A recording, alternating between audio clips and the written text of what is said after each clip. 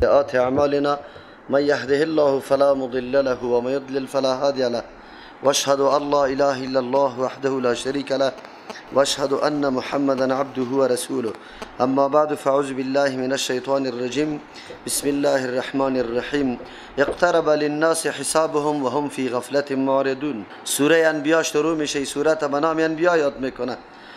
تقریبا 16 از پیامبران صلی الله علیه و سلم دستانه و برنامه هایشان در این صورت ذکر میشه که الگو برای همه دعوتگرا هست و همچنان یک بیداری و هوشیاری برای او کسانی هستند که مدعوین قرار میگیره. از او خاطر سورت به نام سوره انبیاء یاد میکنه. سوره ذکر هم نام داره. این سورت سوره ذکر میگه به خاطری که در اینجا یادآوری از انبیاء علیهم السلام میشه. این سورت 73م سورت است در نزول خود که قبل از سوره مؤمنون و بعد از سوره ابراهیم تقریبا در دوران آخر مکه نازل شده. این سورت ارتباط خیلی قوی با سورت ما قبل داره. در ما قبل الله متعال در سوره طه شجاعت تشجیع داد، یعنی شجاعت داد برای دعوتگرا خصوصا به رسول الله صلی الله علیه و سلم توسط ذکر کردن داستان موسی علیه السلام در مقابل فرعون. و در اینجا الله متعال قصه های انبیاء علیهم السلام به طریق عموم ذکر میکنه که کلش برای شجاعت دادن است، یعنی شجاعت داده میشه برای دعوتگرا. یا است که در ما قبل او صورت ختم شده بود و تخفیف، یعنی الله متعال تخفیف داده بود برای کسانی که مخالفت از راه انبیاء علیهم السلام میکنه و در اینجا هم آغازش به تخفیف شده. یا است که در او صورت الله متعال بیان ابتلای انبیاء علیهم السلام ذکر کرده بود که پیغمبران در راه دعوت در سخت امتحان قرار گرفته. در اینجا الله متعال اکرام و عزت انبیاء علیهم السلام بیان میکنه به هلاک کردن مخالفینشان، کسایی که سخنهای انبیاء علیهم السلام نپذیرفته و هلاک شدند. مطالب عمده این سورت سر دو موضوع مهم میچرخه. اول اثبات رسالت و قرآن کریم است. الله متعال در اینجا رد شبهات او کسایی را میکنه که قرآن کریم وحی الهی نمیدانه و آن اعتراضات یا انتقاداتی که در مورد رسالت پیغمبر صلی الله علیه و سلم داره او را جواب میگه. دوم موضوع اساسی در اینجا به بیان توحید است. الله متعال را ثابت میکنه که انبیاء علیهم السلام برنامه اولش توحید بوده و دین تمام انبیاء علیهم السلام توحید بوده. انبیاء علیهم السلام آیین و نظام و قانونشان یک تا بوده و مردم است که افتراق کردن، جدا جدا شدن، وگرنه اصل نظام یکی است. این مردم است که میگیره راه ها را مختلف جور میکنه در حالی که قانون یکی است. از او خاطر الله متعال در ضمن رد بالای او تصور نادرستی که به بعض مردم در مورد انبیاء علیهم السلام پیدا میشه او را رد میکنه. بعض مردم انبیاء علیهم السلام چون علم وحی را دارن نسبت علم محیط به انبیاء علیهم السلام میکنه علم غیبه. الله متعال در اینجا نفی میکنه که انبیاء علیهم السلام علم غیب نداره. و همچنان برنامه های مکمل انبیاء علیهم السلام برای راهیابی و روشنی در زندگی ما و شما ذکر میشه که ما با انبیاء علیهم السلام در برنامه هایش چه قسم گام به گام قدم بالا کنیم و چه قسم دعوت خود پیش ببریم. در ابتدا الله متعال شکایت مذمت او کسایی را میکنه که دو مرض در او موجود داره، یکی غفلت و دیگری هم احراز. این دو مرض سبب میشه که انسان تأمل نداشته باشه، فکر نداشته باشه و راه حقیقت خود در نیابه. برای بندگان الله متعال انسان مناسب است که چون قوتهای را برشان داده که توسط این قوتها برنامه های سالم تفکیک کرده میتونه از برنامه های ناسالم، لیکن باز هم یاد حالت غفلت می باشه. این سخت مرض خطرناک است و سبب تباهی انسان میشه. الله متعال می فرماید عجیب است انسانی که در دم رویش خطرهای خیلی بزرگ میه اما این در غفلت از خود حتی آگاه نمیکنه. این انسان بسیار بدبخت است. بلکه وقتی برش تذکیر داده میشه که دم رویت خطر است او هیچ امی گپی تو هم قبول نداره. یقینا هم وحی آسمانی در حقیقت سبب خبر کردن مردم است که مردم کدام طرف روان است و چی در دم رو داره. ما و شما الله متعال در این کتاب خود برای ما یادآوری میکنه که دم رویتان چی است و چی چیز مناسب است که شما از او کار بگیره، اما مردم بازم در حالت غفلت می باشه. مشرکین مکه زمانی که رسول الله صلی الله علیه و سلم دعوت داد آمدن پیغمبر یکی از جمله نشانه های نزدیک بودن قیامت است، لیکن این مردم بازم به هوش نآمدن، در حالت غفلت بودن. نه تنها که تأمل و تفکر در برنامه پیغمبر نکرد، بلکه رای اعراض و انتقاد را پیش گرفت. الله بدی از یارا بیان میکنه. از او خاطر درس عظیم است که ما غافل نباشیم. الله متعال میفرماید بسم الله الرحمن الرحیم. شروع میکنیم به نام الله که دهنده رحمتهای عام است و رحمتهای خاص است.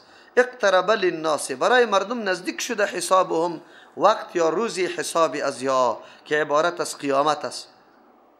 قیامت نزدیک شده. پیغمبر صلی الله علیه و سلم در یک حدیث خود میگه بعثت انا و ساعت کهاتین، ما فرستاده شدیم به امرای قیامت به مثل اردو انگشت به هم نزدیک یکی به دیگر نشان داد. پیغمبر علیه السلام امت خود خبر داده بود که قیامت نزدیک است، بلکه یکی از جمله علامه های مهم نزدیک بودن قیامت خودی رسالت محمد رسول الله صلی الله علیه و سلم است. چرا بعد از هیچ کدام پیغمبر دیگری نمیاد ابی شریعت رسول الله صلی الله علیه و سلم تا روز قیامت قابل تحکیم و قابل تطبیق در روی زمین است. زمانی که پیغمبر دیگه نمیاد معلوم شد که همی آخری زمانه آمدن قیامت است. زمانی که قیامت آمدنی است چی بکار است و چی آمادگی باید گرفته شود. این مناسب است که انسان آمادگی بگیره. وقتی اراده سفر به یک طرف داری و خیلی خطرناک باشه، انسان اسباب مناسب از او را آماده میکنه تا که دچار مشکل و دچار رنج و مشقت نشوه. از او خاطر برای انسان ها درس است که ما روان هستیم. او یقینا هم بلکه بابا و اجداد ما که خیلی بر ما نزدیک است فعلا قد خانه امرای ما موجود نیست، چند روز پیش امرای ما بودن و خود به دست خود در قبر میگذاریم و همه حالات به چشم سر مشاهده میکنیم که پدری که زحمتکش بود شب میبرامد و شب میآمد، حتی از حالات روز یک ساعتی هم در خانه ننشسته بود. بسیار محبت با دنیا داشت، به جمع کردن دنیا داشت، زیب و زینت خوش داشت. کجا شد اما حالات ازی؟ کدام طرف رفت؟ هیچ چیزی به دردش نخورده، بلکه کل مال و منالش با وارثینش باقی مانده. اگر انسان از اینمی قسم برنامه های تعلیمی و تربیتی درس نمیگیره بسیار سخت است. الله متعال از اون مردم باز شکایت میکنه و هم فی غفلت، آمده برای نزدیک شده برای انسان ها حسابشان، لیکن یا در غفلت هستند. تا الحال از حول و هیبت قیامت یا ترس و هراس نداره، از این خبر نداره که عمرشان در پایان میرسه، مرگ برشان رسیده نیست. یک چیزی خود برای سفر خود آمادگی داشته باشه. لیکن این مردم از همین جهت که غافل است معرضون، اعراض میکنه از یقین کردن آمدن قیامت یا از آمادگی گرفتن اعراض میکنه، بجای از اینکه تیاری بگیره. الله متعال ما و شما را خبر کرد که ما رفته نیستیم، مرگ ما نزدیک است. اگر یک انسان همین قدر بفهمه که پسان یک ساعت بعد ما وفات میکنم، چقدر انسان خوب و نیک جور میشه، تمام مظالمی که پیشش هست لیستی پس رد میکنه، به مردم میده یا الله تو مرا بخشش بکن، نمیدانستا. اینی حالاتی است که الله متعال برای ما بازگو میکنه تا ما یک کمی بیدار باشیم. یقینا عمر انسان معلوم نیست و مرگ انسان خبر نمیکنه که کی وفات میکنیم. لیکن بعضی انسان ها نظر به صحت و عافیتی که الله چند روزه برش داده بسیار مغرور میباشه، مال و دارایی و زیب و زینت دنیا او را بیخی غافل کرده میباشه. اسباب غفلت بسیار است. یکی از جمله اسباب غفلت امیسته که انسان تأمل نمیکنه، فکر نمیکنه که برنامه ها چقدر جاودان و دائم است. ما یأتیهم من ذکر من ربهم محدث، نمیاد برای مشرکین مکه من ذکر، از مراد از ذکر قرآن کریم است، یعنی او کتابی که یقینا یارا بیدار بسازه، یارا به برنامه های سالم دعوت میده از جانب پروردگارشان. این کتابی نیست که ساخته بشر باشه، انسان باشه، بلکه محتوا و مضامینش مکمل از جانب الله آمده که کلش دلیل برای حقانیت و سعادت است. محدث، تازه و نو، موافق حالشان که خیلی ضرورت یا برشان داره. الله متعال میگه الا استمعوه، مگر یا به قسم یا گوش میگیره، خب به قسمی که و هم یلعبون، در حال نعوذ بالله در حالی که یا مشغول بازی هستند، یا مراد از استهزاء و اعراض از قبول کردن برنامه های عزیز، یا قبول نمیکنه، به بعد استهزاء میگیره. این چی میگه؟ این قرآن کریم چی که پاره گفته رو ایسته؟ لعب او را میگه که انسان خود مشغول بسازه ولی فایده نداشته باشه، فقط مصروف باشی. همینطور است. یا به قرآن کریم بعضی اوقات گوش میگرفتن، لیکن برای انتقاد اعتراض، برای از اینکه در قرآن کریم سخنی را پیدا بکنه که سبب شبهه انداختن از یا شوه در دیگه اوساط عام مردم. الله متعال حالات از یا را بد معرفی میکنه. مشرکین مکه از این کتابی که یقینا سبب عزت و حیثیت از یا بود، از این طور کتاب پشت دور دادند و نعوذ بالله شنیدن هم، لیکن در حالت لعب، یعنی ای را بازیچه گرفتن، با مورد استهزاء قرار دادن. الله متعال این نکته را با وصفی که در مورد مشرکین مکه است، اما امروز اگر مسلمان ها پشت خود طرف قرآن کریم دور داده باشه، آمادگی برای قیامت خود او آمادگی که قرآن برای ما تشریح میکنه نگرفته باشه، ما هم در این زمره شامل میشیم. الله ما را نگاه کنه، یلعبون میشیم. چرا که قرآن نمیشنویم، لیکن به شکل لعب. ما فقط ایره کتاب دنیا و ثواب قرار دادیم، دیگه هیچ کدام برنامه از کتاب الله به خود نداریم در هیچ گوشه از زندگی خود. این نمیسته که این عبارت از اعراض است. قرآن بر ما دعوت میده که شما آماده باشه برای مرگتان، برای آمدن قیامت، کدام اعمالی را انجام بدیم و از کدام اعمال اجتناب بکنیم. لیکن بازم مردم هم میبینی که در 60 تا 70 سال عمر حتی سوره فاتحه را معنا و مفهومش درست کردن نمی باشه. معنا و مفهوم خو بگذار، حتی لفظی از او درست کردن نمی باشه. این بسیار سخت حالت است که الله متعال در روز قیامت بندی خود سوال میکنه، تو را خبر کردم، آگاه کردم، اینطور کتاب برات آمده بود اما تو ادنا تأمل برش نکردی. بارها ما این گپ گفتیم، اگر یک خط از پسر ما و شما بیاید از یک مملکت به زبان دیگری باشه، حتما خواندنی امو خط پیدا میکنیم که چی مطلب به چیم برام نوشته کرده. اما این قانون و نظام که یقینا سبب سعادت از جانب الله بر ما آمده، ما در کل عمر در پیش کسی باز نکردیم که چی بر ما و چی پیام بر ما داره و چی بیان بر ما میکنه. بسیار سخت حالت است. یقینا کسی که دعوای محبت کتاب الله را داره و یقین و باور به این کتاب داره، باید با کتاب الله آشنایی داشته باشه، معلومات بکنه. این ترجمه رمضانی ما که یک ماه ترجمه است، محض یک تذکیر است، یک بیداری است، وگرنه حق قرآن کریم ما گاهی هم در یک ماه پوره کرده نمیتونیم و نه تمام علوم و محتوا و مضمون قرآن کریم در یک ماه فرا گرفته میتونیم. اما چون قرآن کریم الله پر برکت کتاب جور کرده، یک روز آمدن هم الله متعال بدون ثمره و نتیجه نمیمانه. اگر یک انسان یک روز هم در درس قرآن بشینه، الله متعال او را بی نصیب نمیمانه، حتما یک حصه از ثمره قرآن در قلبش میشینه. الله دائم ما و شما را رابطه ما را با کتاب الله داشته باشه که دائم در تلاش باشیم که کتاب الله از ما چی متقاضا داره. لاهیتا قلوبهم در بازی غرق است، مشغول است دلهای از یا در امور دیگره، بجای از اینکه توجه به کتاب بکنه کتاب چی برش میگه، یا در امور دیگری غرق است. ما و شما میبینیم کسی در زمینداری و کسی در دکانداری و کسی در دفترداری و کسی در تحصیل، کسی در نعوذ بالله چیستا موسیقی، شنیدن موسیقی، کسی در شرابخوری و قمار و سینما مصروف هستند. آخرت فراموش است. ظلم و زیادتی آنقدر زیاد شده که کسی میتور فکر نمیکنه که آیا از ما کسی انتقام میگیره اگر من ظلم میکنم یا نمیگیره. شما میبینی آنقدر نعوذ بالله غصب و ظلم و زیادت گسترش پیدا کرده که حتی محکمه قاضی که خودی قاضی است، امو هم سری دعواگار ظلم کرده رایسته.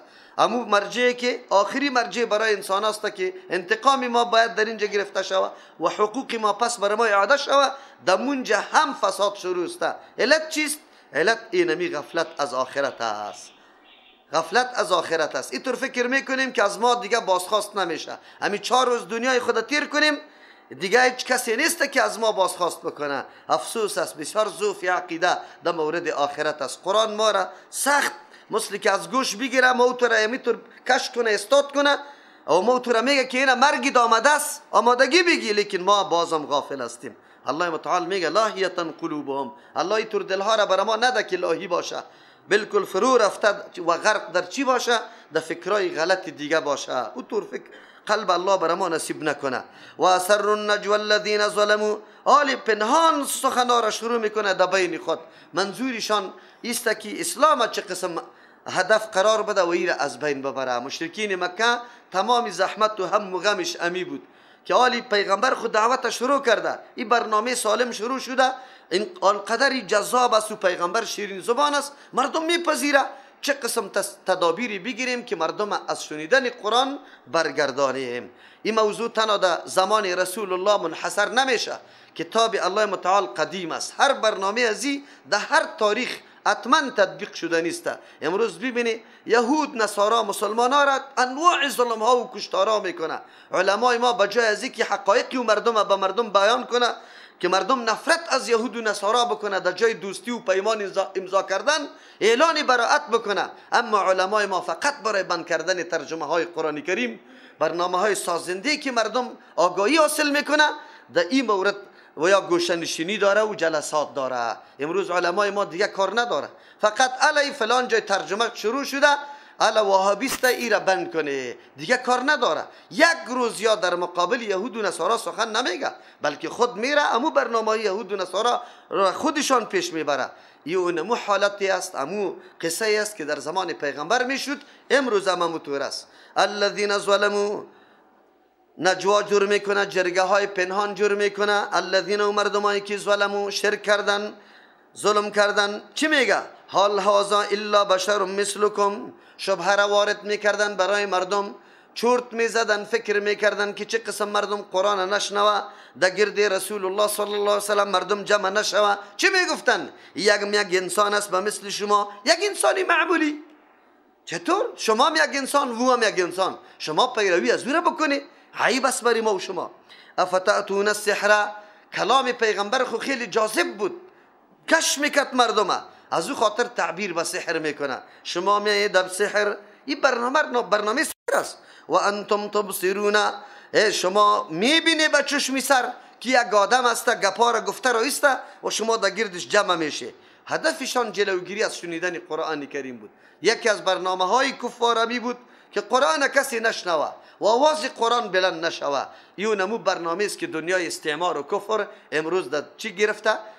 در پیش گرفته. یک جای نمیخواه که قرآن آوازش بلند شوه، تلاش میکنه در جای آواز قرآن نعوذ بالله آواز شیطان بلند شوه. و آواز شیطان امروز در جیب ما، در بغل ما، در خانه ما، در هر جای ما وجود داره. آواز شیطان امی رقص و موسیقی و امی لهو و لعب است که هیچ پرسان نکن. امروز امت مکمل مشتمل به این میسته.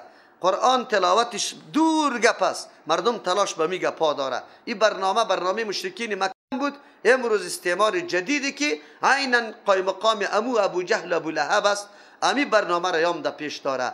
یا میگن که از دست مسلمان قرآن بگیره، تا که قرآن در دست مسلمان باشه ما گاهی هم سری مردم پیروز نمیشیم. از امو خاطر از غیظ و غصه خود خب میفهمه این بدبختا که سوختاندن یک نسخه قرآن کریم سببی از بین رفتن قرآن نمیشه، اما او دشمنی و غیظ و غصه که داره اما یک نسخه قرآن کریم یاد در میده، نمیگذاره. چرا که میفهمه که اینمی قرآن است که ملت بیدار کرده، این قرآن است که مردم همینطور شجاعت میبخشه، این مردم به پای استاد میکنه. ما و شما الحمدلله سوره توبه را خواندیم. برای ما چی در ساده بود؟ جهاد چی بود برای مسلمان؟ جهاد فریضه، مثل که به غذا ضرورت داری به جهاد ضرورت. مؤمن بدون جهاد، مسلمان بدون جهاد زندگیش ناممکن است. قطعاً عزت و شرافت ما توسط جهاد به دست میاد. اما امروز تمام شبکه های استعماری در تلاشی گپ است که جهاد خشونت و جنگ و وحشت و بربریت معرفی بکنه و فکر بکنه که مسلمان ها به جز از این برنامه دیگه برنامه نداره. شما ببینید شبکه های متنوع به شکل اسلام، ما نظام عدالت میاریم، خلافت میاریم، لیکن یک برنامه جهاد نداره، یک برنامه جهاد نداره. مردم گول میخوره، یک طرف حکومت کافر میگه، دیگه طرف حکومت برای از چیز نمیگه. عجیب است، عجیب گپ است. لیکن جوانای ما هوش نداره که ما به کدام مسیر روان شویم. کتاب الله به کدام برای ما کدام آواز میده، کدام پیام برای ما میده. این پیام قرآن برای ما چیسته؟ آوردن عدالت به کدام سیستم است؟ پیغمبر توسط جهاد آورده یا توسط کدام برنامه های دیگه؟ برنامه ذهن سازی داریم، ذهن سازی. پیغمبر اونجا ذهن سازی به خاطر میکرد که بالکل کافر بود، مردم اسلام هم نمیشناخت، مردم اسلام هم میشناسه. روس حمله کرد، امین مسلمانای افغانستان علم هیچ کدامش نداشت، در 1000 مردم الا یک نفر خلاصه خان بود، اما در مقابل کفار مجاهد جهاد حقیقتش شناخت، مقابله را شروع کرد. یا بیدار هستند، تو فقط برنامه را تنظیم کو، برنامه جهاد در مقابل تمامی طاغوتا، ولو که هر کس باشه قیام بکن.